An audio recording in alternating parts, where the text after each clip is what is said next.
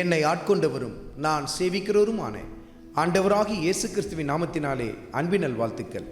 கிறிஸ்து இயேசுவுக்குள் மிகவும் பிரியமான அன்பு சகோதர சகோதரிகளே, அப்போஸ்தலனாகிய யாக்கோப்பு சபைக்கு எழுதின நிருபத்தில் முதல் அதிகாரத்தில் 19வது வசனத்தில், ஆகையால் என் பிரியமான சகோதரரே, யாவரும் கேட்கிறதற்கு தீவிரமாயும், பேசுகிறதற்கு பொறுமையாயும், கோபிக்கிறதற்கு தாமதமாயும் இருக்க கடவர்கள். கர்த்தருடைய ஆவியானவர் இந்த இடத்தில் நமக்கு கொடுக்கிற அந்த ஆலோசனையை சற்று கவனித்து பாருங்கள்.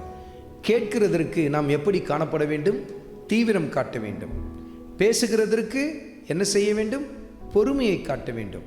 அதே போல கோபப்படுவதற்கு என்ன செய்ய வேண்டும்? தாமதம் பண்ண வேண்டும் என்று சொல்லி கர்த்தருடைய ஆவியானவர் சுட்டி காட்டுகிறார். ஆனால் பல சமயத்தில் இது பலருடைய வாழ்க்கையில் தலைகீழாக தான் நடைபெறும். கொஞ்சம் கூட மற்றவங்க சொல்கிறத காது கொடுத்து கேட்க மாட்டாங்க. பேசுவதற்கு தீவிரம் காட்டுவாங்க, ஆனால் கேட்பதற்கு கொஞ்சம் கூட என்ன பண்ண மாட்டாங்க? செவி கொடுக்க மாட்டாங்க.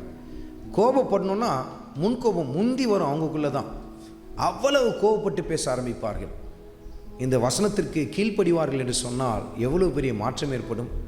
உங்கள் கணவன் உங்களோடு கூட பேசுகிற காரியத்தை, உங்கள் மனைவி பிள்ளைகள் உங்களோடு கூட பேசுகிற காரியத்தை காது கொடுத்து கேட்கிறீர்களா? மற்றவர்கள் உங்களுக்கு என்னதான் சொல்லுகிறார்கள் என்பதை முதல் நீங்கள் கேட்குறீங்களா? எதையும் கேட்காமலேயே உடனுக்குடன் பேசிக்கொண்டே இருக்கிறீர்களா? கர்த்தர் சொல்லுகிறார், கேட்கிறதற்கு தீவிரம் காட்டுங்கள், பேசுவதற்கு என்னவாயிருங்கள்? பொறுமையாயிருங்கள்.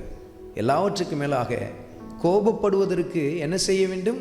தாமதம் காட்ட வேண்டும். நான் இந்த இடத்துல கோபப்படுறேனே, இது சரிதானா, இது அவசியம்தானா என்பதை நிதானித்து பாருங்கள். சில பேருக்குள் முன்கோபமானது தீவிரமாக எழும்புவதை நாம் பார்க்க முடியும். அதனால் குடும்பத்தில் தேவையற்ற கூச்சல், குழப்பங்கள், சண்டை, சச்சரவுகள், சமாதானமற்ற ஒரு நிலை காணப்படுகிறது. கிறிஸ்துவுக்குள் மிகவும் பிரியமான அருமையான பிள்ளைகளே, இந்த வசனத்தை உங்கள் வாழ்க்கையில் நீங்கள் கடைபிடித்து பாருங்கள். உங்கள் குடும்பத்தில் சமாதான கர்த்தர் ஆளுகை செய்வதை நீங்கள் பார்க்க முடியும். சமாதான கர்த்தராகிய இயேசு கிறிஸ்து தாமே உங்களையும் உங்கள் குடும்பத்தையும் ஆசீர்வதிப்பாராக. ஆமென்.